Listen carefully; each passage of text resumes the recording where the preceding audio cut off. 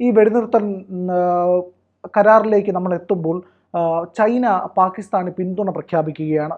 വെടിനിർത്തൽ ലംഘനത്തിന് ശേഷം ഇതിന് ശേഷമാണ് ഈ കരാറൊക്കെ വന്നതിന് ശേഷം പാകിസ്ഥാൻ നടത്തിയ വെടിനിർത്തലിന് ലംഘിക്കുന്നപ്പോഴാണ് ചൈന പാകിസ്ഥാന് പിന്തുണ അറിയിക്കുന്നത്.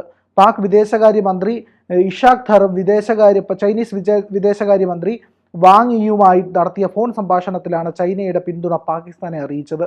വെടിനിർത്തൽ കരാറിന് ശേഷമുള്ള മേഖലയിലെ സ്ഥിതിഗതികളെക്കുറിച്ചും നിലവിലെ സാഹചര്യത്തെക്കുറിച്ചും പാകിസ്ഥാൻ ചൈനയോട് വിശദീകരിച്ചിട്ടുണ്ട്.